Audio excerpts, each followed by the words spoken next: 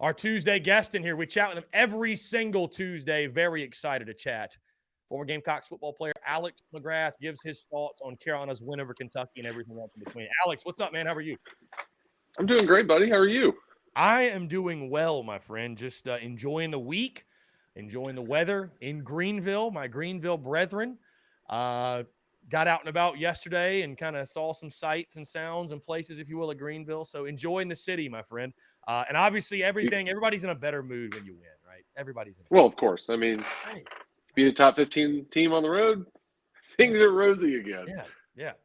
Wake up and smell I the know roses. I know it's your first year here in the upstate, but you got to check out Fall for Greenville this weekend because it's a big time. That's what I've heard. Yeah, I've heard Fall for Greenville. Is it just like this one weekend thing? Is that what it is? Yeah. Is it Friday through Sunday, or is it just Saturday? It actually starts. I think it starts Thursday at 5, or maybe a little earlier than that. So it's the whole weekend. I was about to say I could literally probably just Google this instead of I sometimes people do that. I'm like, just Google it. I don't know if you know. There's a website. This is so random. There's a website called Let Me Google That For You. And so if somebody asks you like just a basic question that they could easily just go search, it's called letmegooglethatforyou.com, and you type in the question and you click search and it gives you a link, and you like text the person or send the person the link, right? So you respond to their question with this link and they click on it and it goes to Google and it types in the question they asked you and it clicks search and it says, "See, was that so hard?" And then it just goes to Google. So if you really just want to be, if you want to be a jerk to troll link I think I've ever heard. Right. I know it sounds like a lot of effort, but it's really not. So if you want to just be like, you want to play you kind of want to be you troll your buddies in the office or whatever. If they ask you a question via email, just send the link back, and they're like, "Really?" Like, yep, you could have just Googled it. Yeah, you're right. It does start Thursday. I'll definitely have to go then. Maybe Friday we'll get out there. Yeah, that sounds like a lot of fun. Anyways, Alex, again, appreciate you taking the time, man. It's always a pleasure. Obviously, the topic of conversation today, taking down Kentucky, man. Big win, and some arguing maybe the signature win for Shane Beamer early in his tenure. No matter how you want to slice it or how you want to label it, it's a huge win. We'll start offensively, of course. Slow start, 90 yards of offense in the first half. Second half adjustments made, and an explosion, really, I think, in the second half. Spencer Rattler looked much sharper, much better. Your playmakers, you finally get it in their hands. They're making plays for you. Marshawn Lloyd, I think, is an absolute freak at this point. I would say the reverse play to Jalen Brooks was probably the play call of the season thus far, in my mind, at least my favorite play call. Just talked about what you saw from the Gamecocks offensively. And, I asked Garcia this. I'll ask you this as well. Were there any noticeable adjustments for you watching the game that you noticed from the first half to the second half? Not really. I mean, it was like the first half was kind of like we had just what was it, 3 drives that just kind of ended in dumpster fires, right. Where like you have the fumble in the red zone, throw the pick towards the end of the second quarter, like so. Like it appeared as though we were moving the ball effectively, and then just got clogged up as soon as we got on the other side of the field. Because I think we got 4 possessions on the Kentucky side of the field that ended in 0 points. So, I mean, that obviously got cleaned up in the second half, but I think the plays were certainly there in the first half. They just weren't made. Yeah, I mean, I think the execution certainly was better, but, I don't know. It looks so much more crisp. What a start to the game, by the way. The first play. And I really felt like, Alex, after that, I was like, for a Kentucky team that prides themselves on physicality and toughness and punching you in the face and what they've done to Carolina over the last, on their winning trend against the Gamecocks, if you will, that play told me Kentucky's on their heels. Like Kentucky doesn't trust the quarterback, which, I mean, I guess I can't blame him. The guy had never thrown a college pass. But, like, for Kentucky to come out with that finesse, that gimmicky type play call to open it, now, of course, the Gamecocks take advantage, and that helped your feelings early on. I felt pretty good about the game from that point. I really did. That was the quick start I think we were all looking for. Oh, for sure. Yeah, no, get a turnover in the red zone, first play of the game. Yeah, that's. I had one of my buddies texted me like after that happened. He was like, "That's the most Gamecockiest start I've ever seen for an opposing team." Yeah, that's normally, I was like, normally something we're doing. Yeah, that's kind of. It feels like that's agree. normally something we're doing. You try to reinvent the wheel on offense, and something Yeah. goes horribly wrong, and then all of a sudden you're down 7-0. Yeah. Alex, we were really critical and tough on the offensive line early in the season. I still don't think they're elite, obviously, but have improved, I think, much since that first game. Your thoughts on the O-line? Again, Marshawn Lloyd runs for 110 yards or so. I mean, you outrushed Kentucky. If you would have told me that before the game, I would have, number one, said we won. You know what I mean? Number two, I would have doubted you. I would have doubted you. Thoughts on the offensive line? Wasn't perfect, I think to the 4th and 2, and watching that live, I'm thinking, God, you can't get 6 feet. What does that say? But either way, I thought the offensive line played much better. We can have a separate discussion about that 4th and 2 call, about why you're running that out of the shotgun. Dude, that's college football now, though. That's college football. That's what teams do. Spurrier did that. I know. At the end, I'll never forget. The play call with Spurrier, I will never forget, was 2013 Georgia. 2013 Georgia with Connor Shaw, Mike Davis to his right, 4th and goal from the 1, and they run out of the shotgun, and they run that speed option thing. And I'm just like, why? Like, why? Well, see, like, I would have preferred a speed option there, to be completely honest with you. But, like, the thing is like, I've seen us line up under center. So I know we can do it. And I hate that call on 4th and 2 where you run out of the gun. Neither here nor there. I think, honestly, like, since week 1, I think the offensive line is the most improved part of this team. Like, they've done an unbelievable job. I don't know what they've adjusted, but they've been remarkably better over the last 5 weeks than they were against Georgia State. So credit to them, credit to the O-line coaches and the scheme getting that back together. I thought Spencer Rattler, too, Alex, looked as comfortable as he's looked all season in that second half. I really did. And again, maybe that's because of improved offensive line play or because of what they were calling. Or I thought under center, he looked really comfortable. And, hey, a run game also helps, right? When you have some sort of run game, it helps your quarterback out. But I thought that was as comfortable as he's looked all year, which is crazy because in that first half, if you look on social media, Alex, let me ask you this. Do you peruse Twitter a whole lot during the games? Are you, like, keeping up with the game? I try not to. Okay. Probably a smart idea. Because that first half was a shit show. And, you had people left and right calling for Spencer Rattler to be benched. He's no good. And listen, I'm not saying he played perfect by any stretch. And you're in that position. He deserves all the critique. But I did think, again, in that second half, I don't have the exact stats pulled up, but went 8 for 10 passing, led 3 70-plus yard scoring drives. Again, that's as good as I think we've seen him look against quality competition thus far. Yeah, no, certainly. I thought he played – truthfully, I thought he played really well at Arkansas as well. So I think he stepped his game up in the second half. And, unlike the game at Arkansas where you didn't have any kind of rushing attack to speak of, you did this week, and you were able to kind of push Kentucky around at the line of scrimmage and spring Marshawn Lloyd on a bunch of runs, which just ultimately opens up everything else. So you're not having that pressure on top of him. And, it looked more fluid in the second half. Again, I think the first half it was serviceable. We just shot ourselves in the foot once we got to the other side of the 50 4 separate times. But that stuff didn't happen in the second half, and I think that's where the big difference came from. Alex, I used the word intoxicating to describe watching Marshawn Lloyd run the football. And I tell you, watching him, going back and even watching the highlights, watching it real time, he looks so, at least Saturday night, he looks so effortlessly fast. Like, he's just fast. You know what I mean? Like, he's not trying to be fast. He just is fast. 22 carries for him on the night, had a couple catches out of the backfield. I think that kind of has to be the norm for him going forward, right? Like, he's got to be, I think, the focal point of the offense. Yeah, I think so.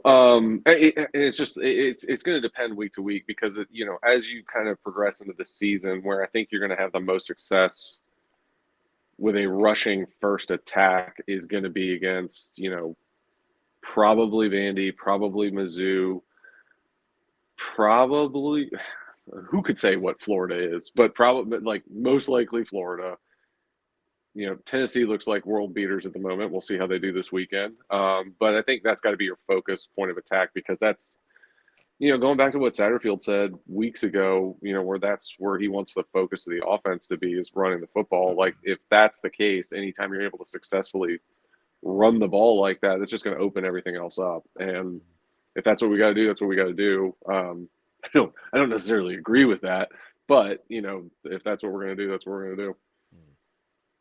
Defensively, Alex, what a night. Gamecocks defensive line with 6 sacks.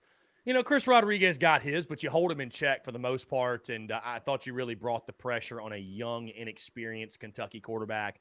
Will Levis being out, that it changed the game, certainly, but, we'll get to this more in a second, but I don't look at that game and say, well, Kentucky definitely wins if he plays. Like, Carolina dominated the line of scrimmage. That was the story of the game.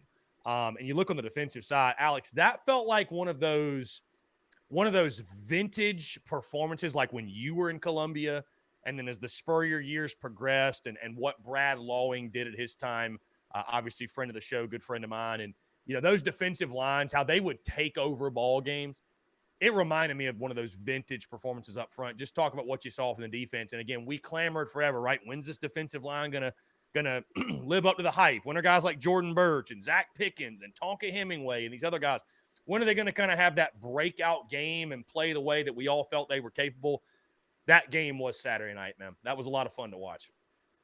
No, that was awesome. It was good to see them break out and have that kind of performance, especially against a quality opponent. Now, are you being more aggressive on defense because who is taking snaps in that game? I mean, certainly you're going to make the kid that's never thrown a pass in college beat you over the top, and he wasn't able to do that, so that freed them up to be as aggressive as they wanted to be, and you saw the result.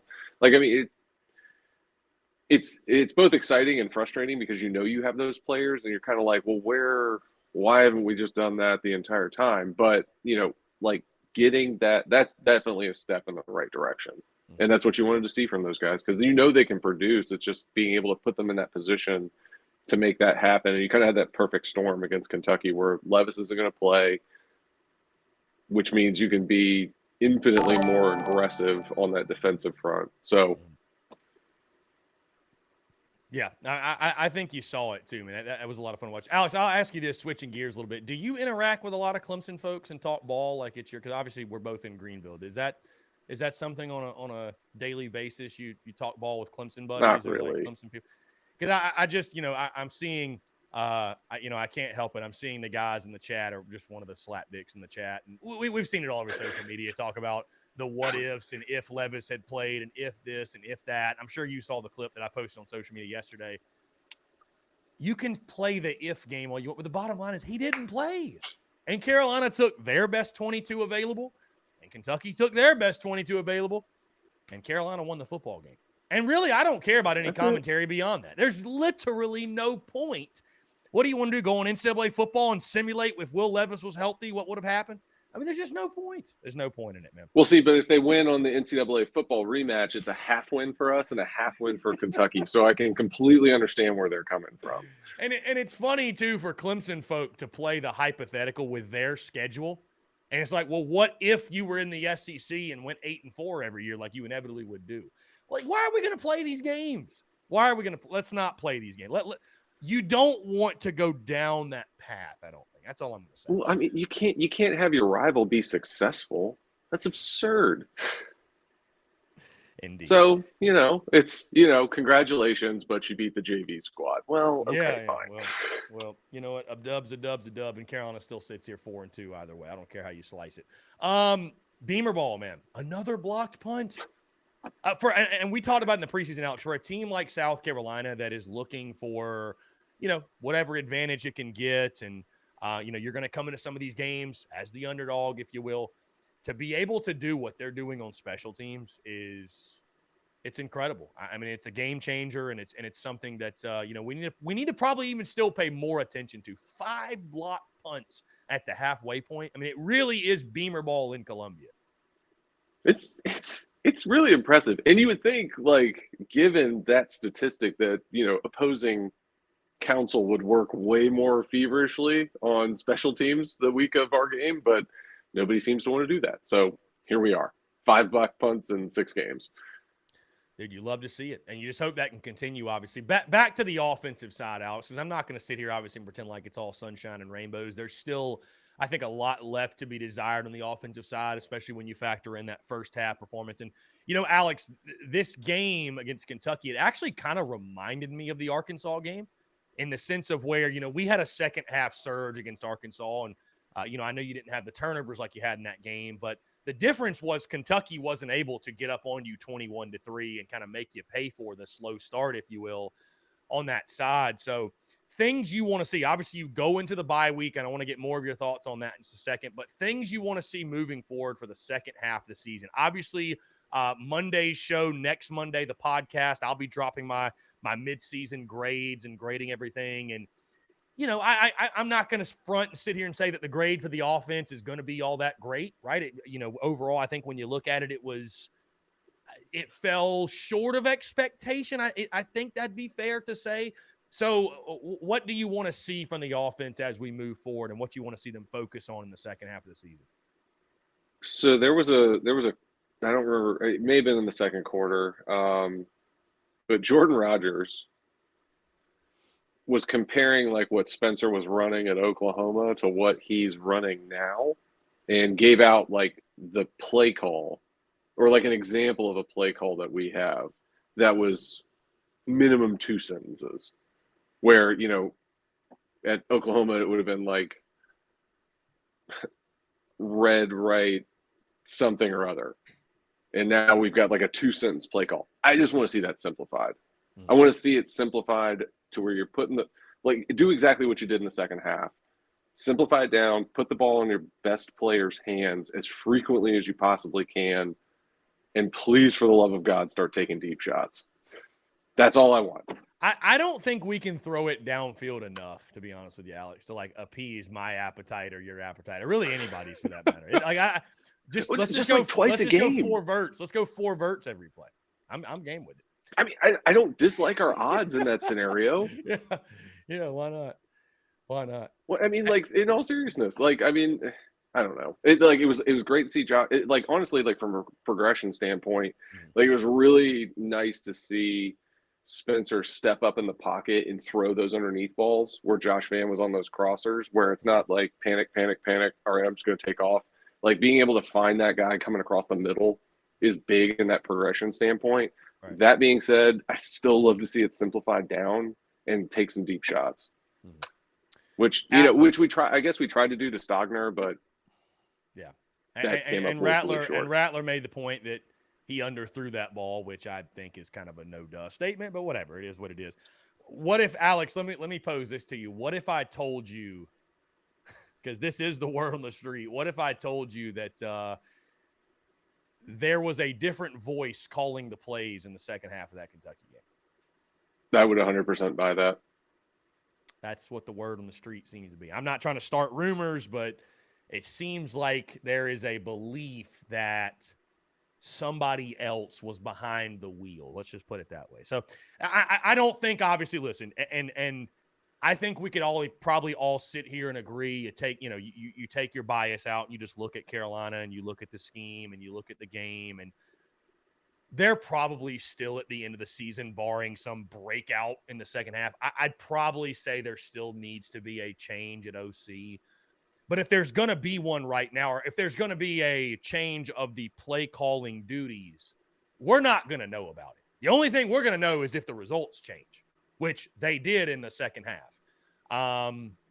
But I think obviously Shane Beamer understands, man. I mean, it's a kind of a no-duh statement, but he understands that, the offense has got to pick it up, right? They got to pick it up. They got to pick up the slack, because the second half was impressive, but it looked completely different.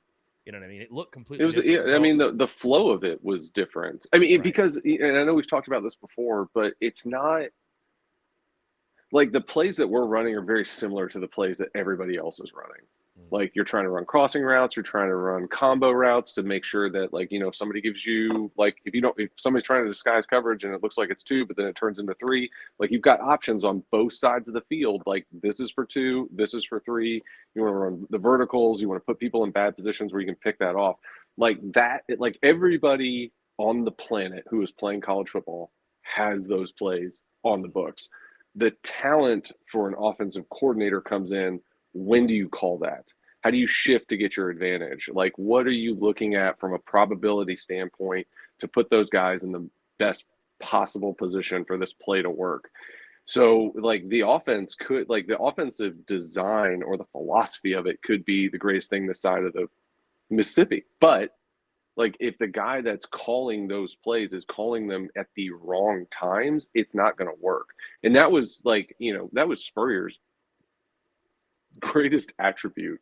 Like, I really can't describe, like, that guy stood on the sidelines and called almost every offensive play and could, like, just stand there, like, 10 yards behind the offense and look at it, like, not staring, like, from above, like, looking just behind the offense. It could make any adjustment he needed to make to that. Like, there is a skill to that in being able to know how to put your guys in those positions to be successful. So, if it takes input from somebody else who has, the better situational awareness on when to call those things, like, get it going, because it worked in the second half. Indeed. Hey, Alex, Shane Beamer in the postgame. It's interesting. Last week, I had folks tell me I reposted the clip and the quote from Stoops over the preseason over SEC Media Days about the culture climate comments and he obviously tried to save face and say it wasn't about South Carolina. And Shane Beamer gave the politically correct answer about we're just worried about us and people were telling me last week, just let it go. It wasn't about Carolina. Why are you even bringing this up? Yeah, obviously they took it pretty personally. And I think it was an even bigger part of the game than we realized, because when you see in the post game, Shane Beamer's reaction after the game on the field with the fan base going crazy, in the locker room pulling the shades out, doing the dance, and then they had T-shirts ready to go in the post game. So yeah, those comments, they took that shit personally. Alex, your thoughts on just the role that played in the game, and then of course Shane Beamer's reaction and the sunglasses and all the post game fireworks, if you will. I mean, I laughed.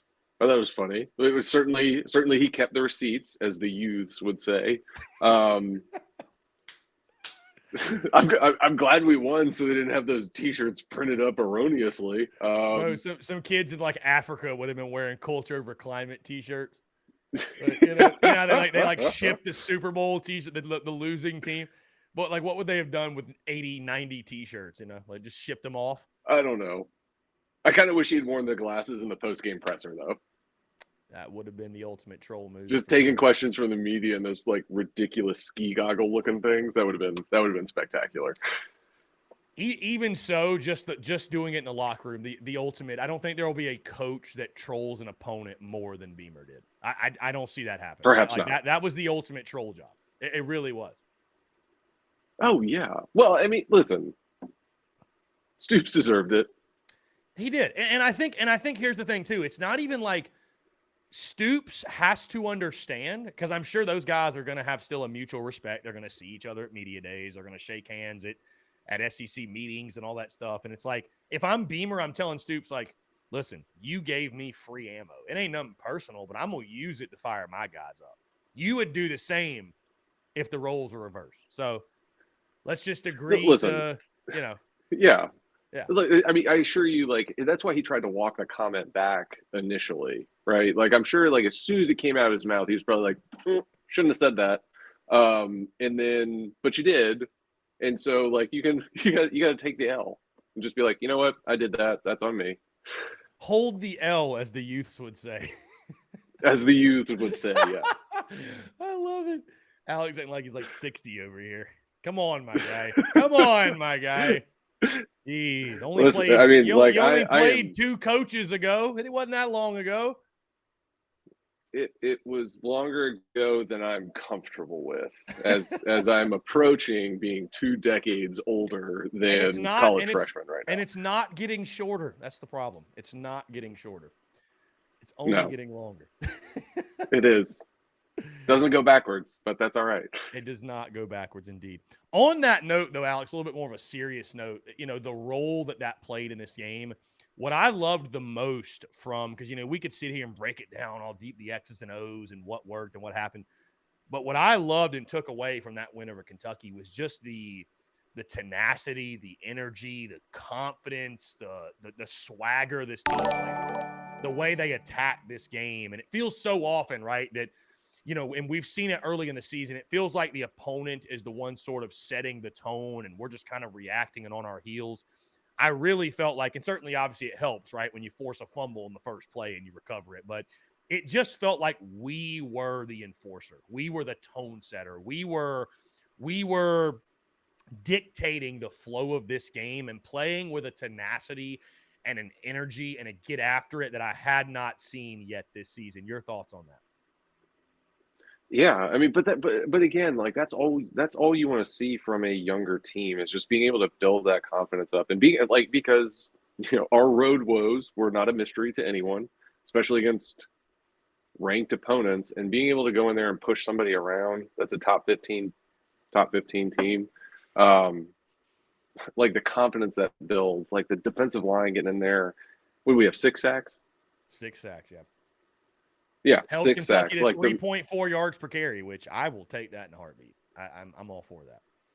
Oh, for sure. And then the emergence of Marshawn Lloyd over the last 3 weeks, like you can see where that confidence continues to build and build and build, and that's going to carry over for the rest of the season. And you got 2 weeks to prepare for a reeling A&M team, where you win that game, you're sitting there at 5-2.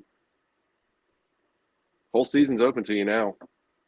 Isn't it crazy, Alex, how, the highs are so high and the lows are so low.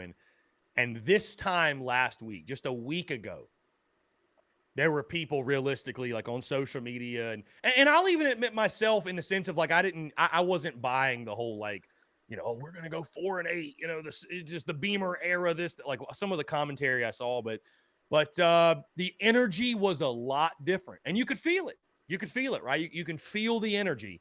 And it's crazy how just one win, one game can change all of that. And it's why I labeled that Kentucky game as the inflection point.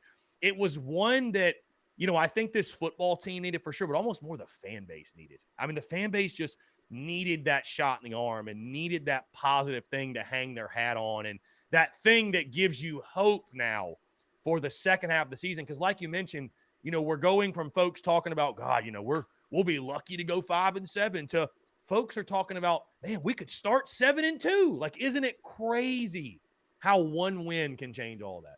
And I know that the reason that you and I get along so well, and I mean, anybody that follows my content knows this, I try to stay in the middle, right? Avoid the highest of highs and the lowest of lows and stay even keeled. And so I think really the takeaway, Alex, is we're probably on pace for where we were going to finish all along, which is what most national pundits said, which is 7-5.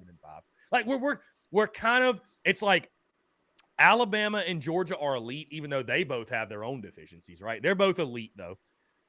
Then it's like, who's the third best team in the SEC? I think Tennessee is certainly making their case for that. They might be the second best if they can do something crazy this weekend, but they're making their case for that.